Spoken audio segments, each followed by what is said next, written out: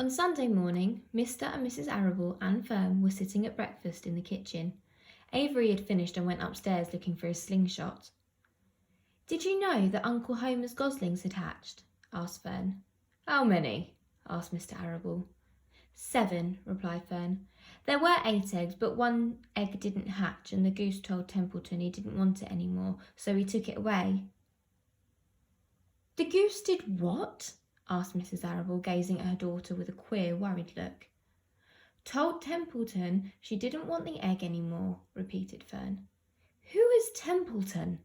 asked Mrs. Arable. "He's the rat," replied Fern. "None of us like him much." "Who's us?" asked Mr. Arable. "Oh, everybody in the barn cellar. Wilbur and the sheep and the lambs and the goose and the gander and the gooselings and Charlotte and me." "Charlotte?" said Mrs. Arable. "Who's Charlotte?" "She's Wilbur's friend. She's terribly clever." "What does she look like?"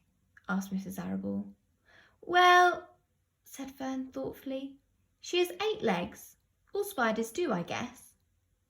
"Charlotte is a spider?" asked Fern's mother. Fern nodded. "A big grey one. She has a web across the top of Wilbur's doorway. She catches flies and sucks their blood. Wilbur adores her." "Does he really?" said Mrs. Arable rather vaguely. She was staring at Fern with a worried expression on her face. "Oh yes, Wilbur adores Charlotte," said Fern. "Do you know what Charlotte said when the gooselings hatched?" "I haven't the faintest idea," said Mr. Arable. "Tell us."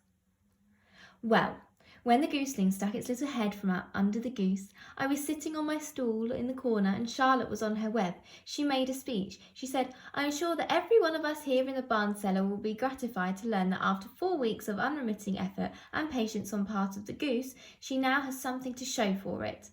Don't you think that was a pleasant thing for her to say?" "Yes, I do," said Mrs. Arable. "And now, Fern, it's time to get ready for Sunday school, and tell Avery to get ready. And this afternoon you can tell me more about what goes on in Uncle Homer's barn. Aren't you spending quite a lot of time there? You go there almost every afternoon, don't you?" "I like it there," replied Fern. She wiped her mouth and ran upstairs.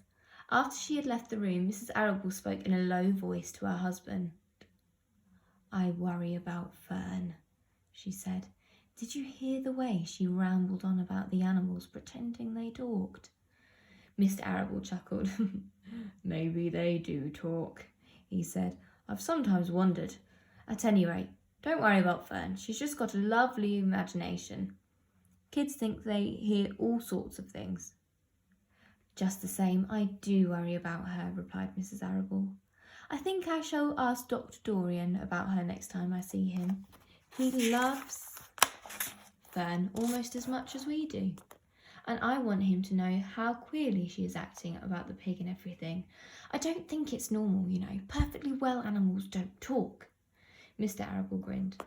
"Maybe our ears aren't as sharp as Fern's," he said.